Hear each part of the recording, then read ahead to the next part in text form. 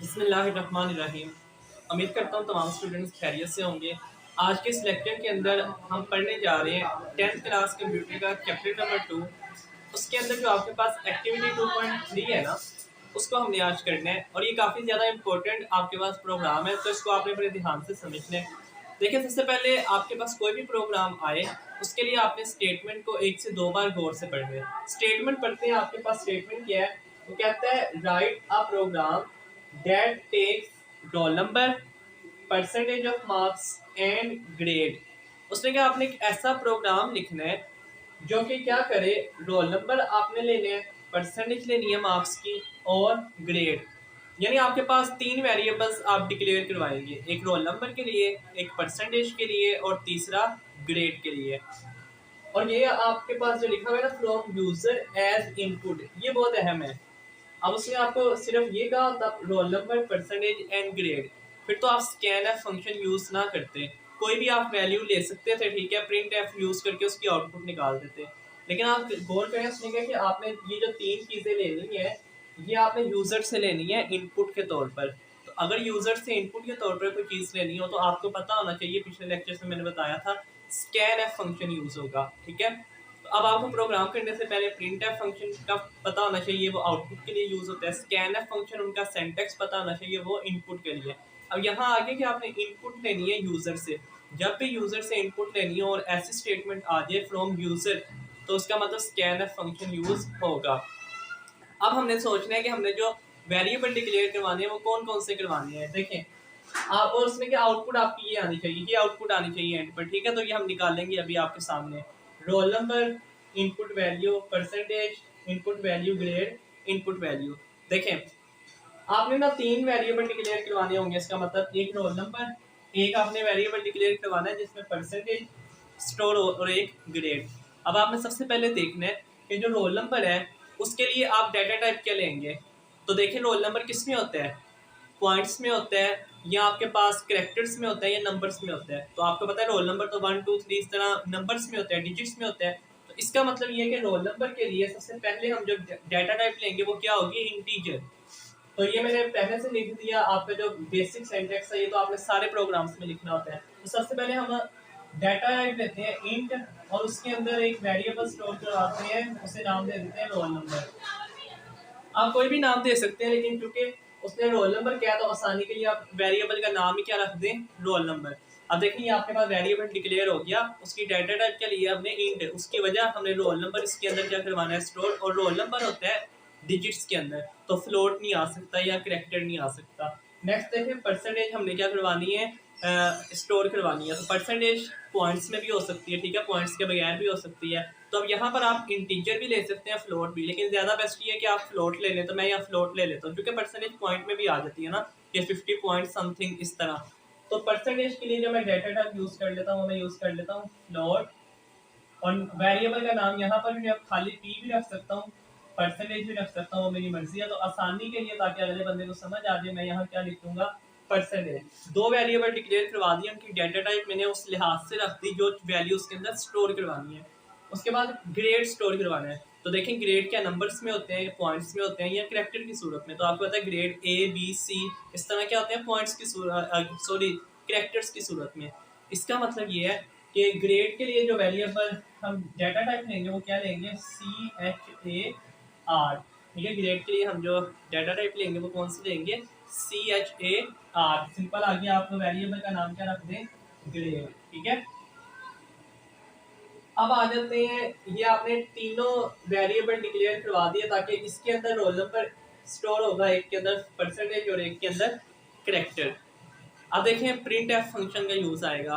Print F function क्या होता है, आउटपुट शो करवाता है, और वो आउटपुट शो करवाते हैं इसके अंदर आप इन्वर्टेड कॉमा में जो लिखेंगे वो एज इट इज प्रिंट हो जाता है। तो देखें, सबसे पहले आपको चाहिए क्या, आउटपुट। देखें, ये आउटपुट चाहिए, रोल नंबर इनपुट वैल्यू। तो आप क्योंकि इसमें जो भी लिखेंगे वो एज इट इज प्रिंट होगा, तो आप लिख दें रोल नंबर आउटपुट के मुताबिक, ठीक है। इनपुट वैल्यू इन्वर्टेड कॉमास में है वो आप क्लोज कर दें यहाँ पर। तो आपको पता है ये एज इट इज आउटपुट में क्या हो जाएगा, प्रिंट। यहाँ साइड पे हम आउटपुट भी लिखते जाएंगे कि किस तरह से इसकी आउटपुट आएगी, ठीक है। तो यहाँ आउटपुट लिखेंगे, लेकिन देखें अभी इसकी आउटपुट क्या आनी है, रोल नंबर इनपुट वैल्यू ये एज इट इज प्रिंट हो जाएगा यहाँ पर, ठीक है। अभी आपने लेक्चर को ध्यान से सुनना है, ठीक है। तो प्रिंट एफ में हमने जो लिखा हुआ तो क्या हो जाएगा, एज इट इज प्रिंट। लेकिन देखिए क्योंकि यूजर से वैल्यू लेनी है तो उसके लिए जरूरी है कि जो आपने इनपुट वैल्यू करनी है वो यूजर से लेनी है, तो स्कैन एफ फंक्शन यूज होगा। तो स्कैन एफ के लिए आप इसके साथ आप स्कैन एफ फंक्शन यूज कर दें, स्कैन एफ। और देखें यहाँ पर आप सबसे पहले आप रोल नंबर क्योंकि स्टोर करवाना चाह रहे हैं, तो रोल नंबर की डाटा टाइप आपने क्या लिया है, इंटीजर। और इंटीजर के लिए यहाँ पर आपके पास जो फॉर्मेट स्पेसिफायर यूज होगा वो क्या होगा, परसेंटेज डी। तो ये फॉर्मेट स्पेसिफायर का काम क्या होता है कि इंटीजर ये परसेंटेज डी यूज होता है, ये भी हमने पढ़ा हुआ है। तो ये उसकी जगह आपके पास जो वेरिएबल है उसकी वैल्यू का करवा देगा आपको स्टोर। उसके बाद यहाँ पर आपने एंड का सिंबल डालकर वेरिएबल का नेम लिखना होता है। वेरिएबल का नेम क्या है, रोल नंबर। तो देखें रोल नंबर। और यहाँ पर आपके पास ये सेंटेक्स के मुताबिक आपने लिख दिया। अब देखें जरा इतने से क्या आउटपुट क्या आएगी, प्रिंट एफ में जो लिखा है वो एज इट इज प्रिंट हो जाएगा। उसके बाद स्कैन एफ में परसेंटेज डी का मतलब जो भी ऊपर आपके पास वेरिएबल आपने डिक्लेयर करवाया उसकी वैल्यू लेगा। तो वेरिएबल हमने क्या डिक्लेयर करवाया है, रोल नंबर, ठीक है, इंटीजर के अंदर। अब देखें इस रोल नंबर के अंदर अगर ऊपर आपने पहले खुद से कोई वैल्यू दी होगी तो वो स्टोर होगी। अगर आपने खुद से नहीं दी, आपने स्कैन एफ फंक्शन यूज किया है, इसका मतलब ये कि आपने खुद वैल्यू क्या करनी है, एंटर करनी है। तो अब इसका जो रिजल्ट आएगा ये आउटपुट के तौर पर स्क्रीन पर आएगा रोल नंबर इनपुट वैल्यू। यहाँ पर आप यूज़र जो है जो कि प्रोग्राम चला रहा है वो अपनी मर्जी से जितना उसका रोल नंबर होगा यहाँ एंटर कर सकेगा, इसका ये आंसर होगा। यानी ऐसे आउटपुट आएगी, लेकिन यहाँ पर जो है वो वैल्यू एंटर कर सकते हैं। क्यों कर सकते हैं, क्योंकि स्कैन एफ फंक्शन यूज किया है। यानी जो रोल नंबर होगा वो यहाँ लिख सकता है, इनपुट वैल्यू में वैल्यू क्या कर सकता है, वो एंटर अपनी मर्जी से कर सकता है। सिंपल। आगे आप दूसरे नंबर पे आपको चाहिए परसेंटेज इनपुट वैल्यू, तो आप दोबारा प्रिंट एफ फंक्शन क्या करें, यूज करें और उसी तरह लिख दें परसेंटेज, क्योंकि अब आपको आउटपुट में क्या चाहिए, परसेंटेज। लेकिन यहाँ पर एक चीज और गौर कीजिएगा, प्रिंट एफ में आपको आगे जाने के लिए अब ये देखें यहाँ पर मैंने करवा दी इन्वर्टेड कॉमास क्लॉज। और यहाँ पर देखें क्योंकि इस लाइन के बाद वो नेक्स्ट लाइन में लिखा है तो आपने पढ़ा था स्केप सीक्वेंस। नेक्स्ट लाइन में जाने के लिए आपको \n लगाना पड़ता है। तो यहाँ आप \n का यूज कर लें ताकि जब दोबारा प्रिंट एफ फंक्शन हम यूज करें तो वो नेक्स्ट लाइन में प्रिंट हो।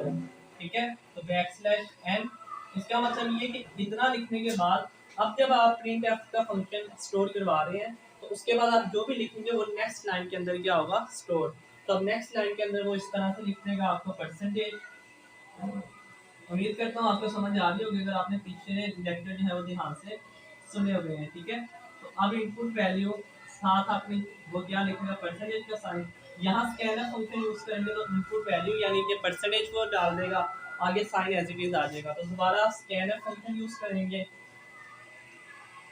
अब क्योंकि आपने फ्लोट लिया है तो फ्लोट के लिए जो एस्केप सीक्वेंस होता है वो क्या यूज होता है, परसेंटेज एफ। परसेंटेज एफ और यहाँ एंड का साइन डालकर वेरिएबल का नाम क्या है, परसेंटेज। तो आप ऐसे लिख देंगे परसेंटेज। ठीक है, तो अब यहाँ पर आपके पास जो भी उसकी परसेंटेज होगी, मतलब फर्ज करें मेरी 70.8 बनती है, तो यहाँ अपनी मर्जी से यूजर क्या कर सकते हैं, एंटर कर सकते हैं अपनी परसेंटेज। तो लिखा आएगा परसेंटेज कॉलन, यहाँ इनपुट वैल्यू करेगा यानी जितनी भी मेरी परसेंटेज होगी तो उसके साथ परसेंटेज का साइन आ जाएगा। तो सेम इस तरह आपने प्रिंट एफ का फंक्शन लेकर जो तीसरा है ग्रेड, इस तरह आपने चाहिए तो आप प्रिंट एफ में इस तरह से लिखिए। यहाँ पर भी आपने फिर \n यूज करना है, ठीक है, ताकि वो नेक्स्ट लाइन में दोबारा चला जाए। और उसके बाद फिर आप स्कैनर फंक्शन यूज करेंगे सेम इसी तरह, और लास्ट पर जो है वो आप इस तरह से इसको बंद कर देंगे। ठीक है, प्रोग्राम को एंड कर देंगे। तो उम्मीद करता हूँ आपको समझ आई होगी। आगे आप खुद कीजिएगा और किसी चीज़ की समझ ना आई हो तो लाजमी पूछिएगा आप पर। और वीडियो अच्छी लगी हो तो लाइक कीजिए और चैनल को सब्सक्राइब नहीं किया तो चैनल को सब्सक्राइब कर दीजिए। मिलते हैं नेक्स्ट वीडियो के अंदर। थैंक यू, अल्लाह हाफिज़।